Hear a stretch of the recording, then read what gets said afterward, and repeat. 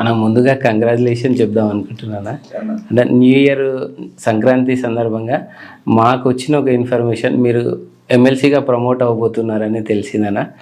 అన్న ఎందుకంటే ఈ చేనేత పైన మీరు ఈ విధంగా చేస్తున్న డెడికేషన్ని చూసి ప్రభుత్వం నుంచి మిమ్మల్ని ఎమ్మెల్సీగా నామినేట్ చేద్దాము అన్న ఒక మాట అయితే వచ్చింది. అది వినికిడి ఎంతవరకు మీరు యాక్చువల్గా అంటే మా మంత్రి గారు తుమ్మల నాగేశ్వరరావు గారు మేము అడిగింది నాకు స్టేట్ కార్పొరేషన్ అవకాశం ఉందన్న. మా మంత్రి గారిని అడిగాము, ముఖ్యమంత్రి గారి దృష్టి కూడా తీసుకెళ్ళాం. రాబోయే రోజులలో మనకి స్టేట్ కార్పొరేషన్, మనకి 4 కార్పొరేషన్లు ఉన్నాయి చేనేతలో. ఒక పద్మశాలి కార్పొరేషన్ ఉంది, పవర్లూమ్ ఉంది, హ్యాండ్లూమ్ ఉంది, టెస్కో ఉంది. ఈ 4 కార్పొరేషన్లు మన వాళ్ళకి ఇస్తారు పద్మశాలికి. ఆ 4 నాకు వచ్చే అవకాశం 100% ఉందన్న. లేదన్న మనకి అంటే ఇప్పుడు ఎమ్మెల్సీ కాదు, ఓన్లీ నేను కార్పొరేషన్ అడిగాను. కార్పొరేషన్కి అవకాశం ఉంది ఖచ్చితంగా. మన కార్పొరేషన్ వస్తే మనకు కూడా ఇంకా చేనేత కుటుంబాలకు కానీ పద్మశాలి కుటుంబాలకి ఒక వారధిలాగా ఉంటాయి. ప్రభుత్వానికి మన కమ్యూనిటీకి ఒక వారధిలాగా పనిచేసే అవకాశం దొరుకుతుంది. ఒక లోటు అయితే కనబడుతుందన్న. ఇప్పుడు మీరు శంకరావానికి ఎంత కష్టపడ్డారో చూసాము, ప్రభాకర్ సారు మీరు. అట్ ద సేమ్ టైం కోరుట్లలో కూడా చలో కోరుట్లో ఒక కార్యక్రమం జరిగింది. మీ సేవల్ని గుర్తించి గవర్నమెంట్ కూడా మీకు ఒక సంబంధిత న్యాయం, ఒక స్థానం కల్పిస్తుంది. ఈ సందర్భంలో రెండోగా సంఘం అనే ఒక మాట వచ్చినప్పుడు మీరు వాళ్ళని ఏ విధంగా కన్విన్స్ చేసి ఒక సంఘంగా, అంటే విడిపోతే పడిపోతామన్న నానుడి మీకు తెలియదేం కాదు, కలిసి ఉంటే కలపడానికి ఏదైనా ప్రయత్నం మీ వంతుగా, మీ బాధ్యతగా అంటే ఇప్పుడు విడిపోయి సాధించేది ఏం లేదు. ఎవరున్నా కానీ కమ్యూనిటీకి చేయాలి. ప్లస్ అంటే నేనున్న సంఘం అనేది కానీ తెలంగాణ పద్మశాలి సంఘం అనేది దాదాపుగా అఖిల భారత పద్మశాలి సంఘం అనేది 103 సంవత్సరాల క్రితం ఏర్పడ్డదండి. ఇది 1821లో భారతదేశంలోనే ఏ సంఘాలు, ఏ కమ్యూనిటీ కుల సంఘాలలో ఫస్ట్ కుల సంఘం అంటే పద్మశాలి సంఘం 1821లో ఏర్పడ్డ సంఘం. దానికి సంబంధించిన చరిత్ర ఉంది మన దగ్గర. తర్వాత 67 సంవత్సరాల క్రితం కొండా లక్ష్మణ్ బాపూజీ గారి ఆధ్వర్యంలో తెలంగాణ పద్మశాలి సంఘం ఏర్పడ్డది.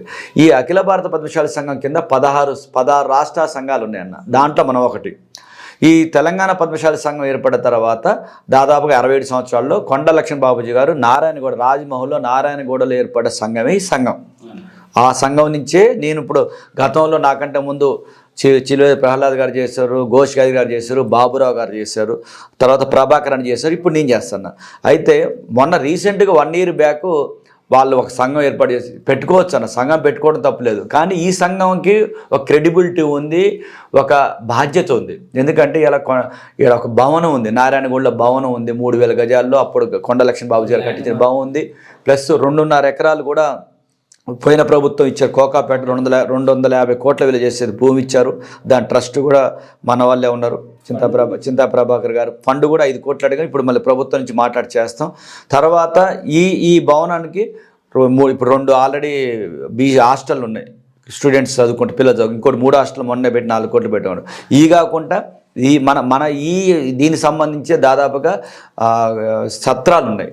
భద్రాచలం కానీ, యాదగిరిగుట్ట కానీ, శ్రీశైలం కానీ, తిరుపతి కానీ, హవబెల్లం కానీ, తర్వాత బాసర కానీ, అయోధ్య కానీ, ఇవన్నీ సత్రాలు ఉన్నాయి. అన్నీ కూడా సత్రాలు బ్రహ్మాండ నడుస్తున్నాయి. చిలువేలి కాశీనాథ్ గారి ఆధ్వర్యంలో బ్రహ్మాండ నడుస్తున్నాయి.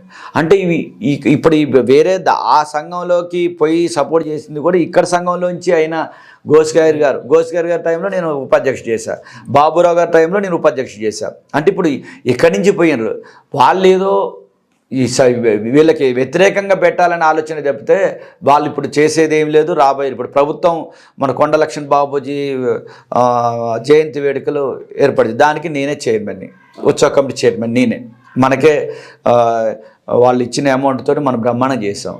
అంటే గత ఇన్ని సంవత్సరాలు గుర్తించిందే, ఏ మంత్రి వచ్చినా, ముఖ్యమంత్రి వచ్చినా, గత ముఖ్యమంత్రి వచ్చినా మన ఇక్కడ నారాయణగూడ రావాల్సిందే. తుమ్మల నాగేశ్వర గారు వచ్చినా ఇక్కడికే వస్తారు. కేసీఆర్ గారు వచ్చారు, కేటీఆర్ గారు వచ్చారు, మంత్రి తుమ్మల నాగేశ్వర గారు వచ్చారు. రేపు ఏ మంత్రి వచ్చారు, రేపు రేవంత్ రెడ్డి గారు కూడా రేపు మార్చి 9వ తారీఖున మనం ఇది పెడతాను. అఖిల భారత పద్మశాలి సంఘానికి సంబంధించి 17వ మహాసభ అండి. మళ్ళీ ప్లస్ తెలంగాణ ప్రాంత పద్మశాలి సంఘం సంబంధించి 8వ మహాసభ పెడతాం. దానికి కూడా రేపు ముఖ్యమంత్రి గారిని ఇన్వైట్ చేస్తాం. అంటే ఎవరు వచ్చినా సరే ఇక్కడ సంఘానికి రావాల్సిందే. ఇది ఒక గుర్తింపు ఉన్న సంఘం. సరే వాళ్ళు పెట్టుకున్నా మనం తప్పు పట్టట్లేదు, వాళ్ళని కలమని అడిగాం. వాళ్ళకి ఇప్పుడు ఇవాళ ఎలక్షన్లు అంటే ఎట్లా ఉంటాయండి? జనరల్గా ముఖ్యమంత్రిని డైరెక్ట్గా ఎన్నుకోరుగా. వాళ్ళు డైరెక్ట్గా ఎలక్షన్లు పెట్టుకొని మేము 10,000 పెట్టి 20,000 పెట్టి 30,000 పెట్టి చేసాం, మేము డబ్బులు మేము 100 రూపాయలు 1000 రూపాయలు పెట్టి దానికి వ్యతిరేకం. నేను వాళ్ళు ఇప్పుడు ఉన్న రామసీన్ గారు మాట్లాడారు, ఖమ్మంలో నేనే మీటింగ్ పెట్టించి 4 లక్షలు ఖర్చు పెట్టి 33 జిల్లాలను పిలిపించి రామసీన్ అన్న ఆధ్వర్యంలో నేనే ఉన్న. ఆల్రెడీ మనం రాయటం కూడా మినిట్స్లో కూడా రాసాం.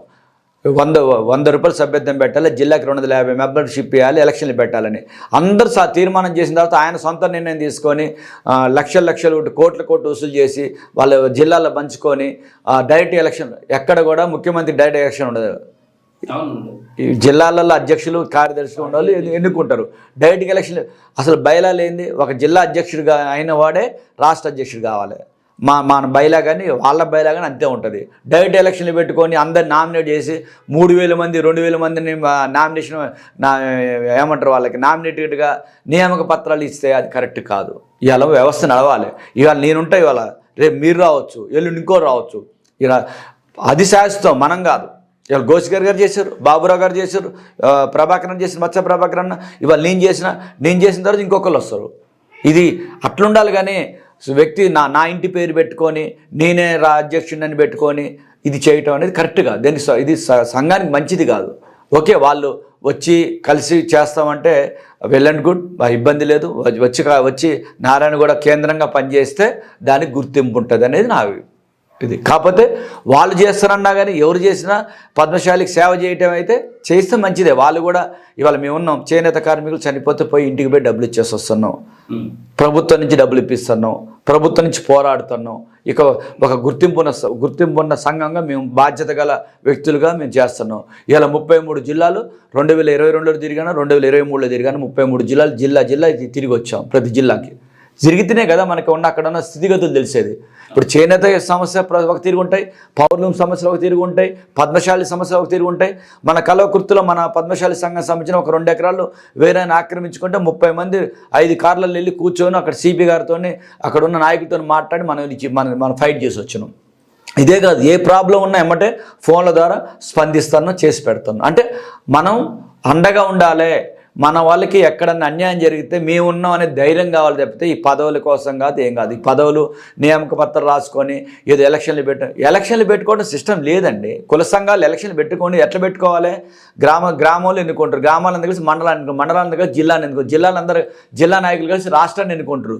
అంతేగా డైరెక్ట్ ఎలక్షన్లు పెట్టుకొని ఇది ఎక్కడ లేదు. ఇది అధ్యక్ష పాలన కాదు, ఇది అమెరికా కాదు, ఇది తెలంగాణ భారతదేశం ప్రజాస్వామ్యం ఒక సిస్టమ్ ఉంది దీనికి, ఎలక్షన్లకి. అట్లా పోవాలి. కానీ ఎలక్షన్లు పెట్టి రేపు ఇంకొక ఆయన ఎలక్షన్ సభ్యత్వం చేసుకుంటాడు, ఎలక్షన్లు పెట్టుకోండి నేను అధ్యక్షుని అంటాడు, అది చెల్లదు. అది నారాయణగూడ భవనంలో రాజమహల్లో నారాయణగూడ భవనంలో ఉన్న సంఘమే సంఘం. నేను దాన్ని రేపు వ్యతిరేకించిపోయినా కానీ నేను నడపలేను. ఎవరైనా ఒక సిస్టమ్ ప్రకారం పోవాలి. నాకు నచ్చలేదని చెప్పి నీ వేరే సంఘం పెట్టుకుంటాం వల్ల ఉపయోగం లేదు. మన పద్మశాలికి సేవ చేయాలంటే ఉన్న సంఘంతో పనిచేయాలి.